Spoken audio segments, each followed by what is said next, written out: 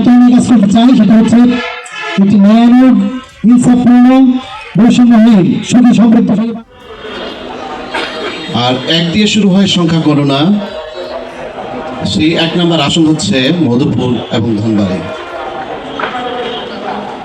ইনশাআল্লাহ 1 নম্বর আসন থেকে শুরু হবে বাংলাদেশে ইসলামী।